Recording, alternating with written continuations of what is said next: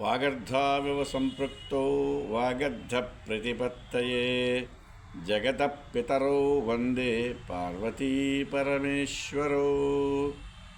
శ్రీ గురుభ్యో నమః. శ్రీమాత్రే నమః. 10వ వార్షికంగా కొంతమూరులో జరుగుతున్నటువంటి సౌరయాగం పక్షదీక్షగా వడలి కుమారశర్మ గారి ఆధ్వర్య పర్యవేక్షణలో గత 10 సంవత్సరాలుగా జరుగుతున్నది. అయితే ఆరోగ్యం భాస్కరాదిచ్చేత్, శారీరకమైనటువంటిది కానీ మానసికమైన ఆరోగ్యం అనేటువంటిది సూర్యనారాయణ స్వామి యొక్క అనుగ్రహం వల్ల సంపూర్ణమవుతుంది. మనకారకుడుగా చంద్రుని చెప్తే ఆత్మకారకుడుగా సూర్యుని ధర్మశాస్త్రం కానీ జ్యోతిష్యంగా తెలియజేస్తూ ఉంటుంది.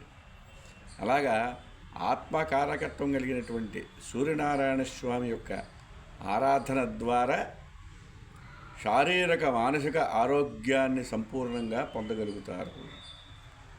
ఇప్పుడు ఉండేటువంటి ఈ బిజీ లైఫ్లో ప్రతి మనిషికి కూడా శారీరక ఆరోగ్యమే కాకుండా మానసిక ఆరోగ్యం కూడా దెబ్బతినడం, మానసికంగా కొంచెం తక్కువ స్థాయిలో వారు ఉండడం మనం గమనిస్తూ ఉంటాం.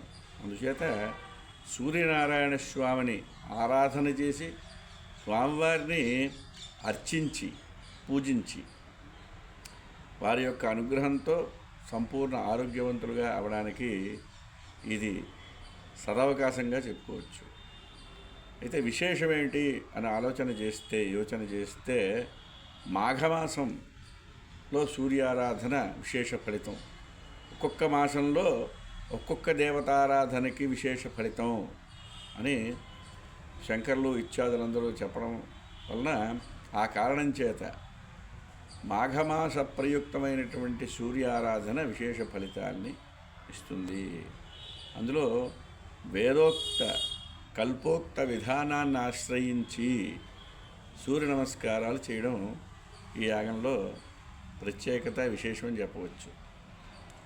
ఋగ్వేదాంతర్గతమైనటువంటి సౌరమంత్రాలు, యజుర్వేదాంతర్గతమైనటువంటి అరుణ త్రిశ మంత్రాలతో 3 రకములైనటువంటి విశేష మంత్రములతో త్రిచార్ఘ్య ప్రధానంగా పూరకమైనటువంటి యంత్రస్థాపన చేసి యంత్రపూజన, తర్పణ, సూర్య నమస్కారములు స్వామివారికి ఆ కల్పోక్తంగా చెప్పబడిన ఎన్ని నమస్కారములు అయితే ఉన్నాయో సాష్టాంగ దండ ప్రణామంగా చేయబడినటువంటి నమస్కారములు మహానివేదన చేసి ఆ తీర్థాన్ని రోజు కూడా 11:30-12 గంటల సమయంలో లోకకళ్యాణార్థం ఈ యాగం చేయించడం, వారికి సంబంధించినటువంటి ఎవరైతే దాతలు ఉంటారో వారి యొక్క ప్రేరణ, వారి యొక్క సదాభిప్రాయం, సత్సంకల్పం వలన ఈ కార్యక్రమం జరగబడుతున్నది.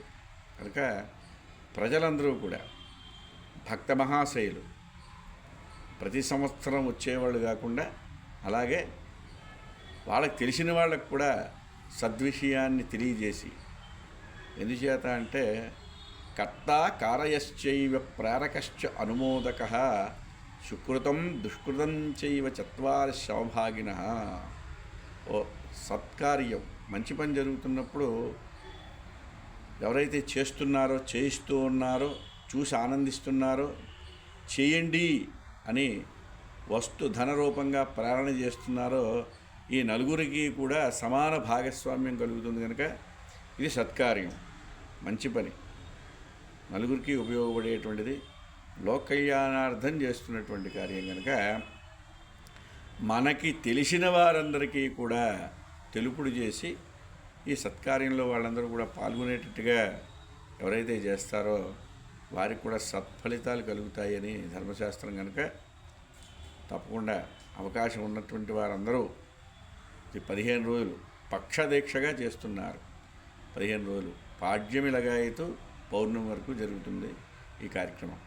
మధ్యలో విశేషమైనటువంటి కళ్యాణ మహోత్సవాలు కానీ, అలాగే రథసప్తమి రోజు విశేషమైనటువంటి పూజా కార్యక్రమాలు జరుగుతాయి. కనుక తప్పకుండా కూడా అందరూ పాల్గొనండి, విశేష ఫలితాన్ని పొందండి.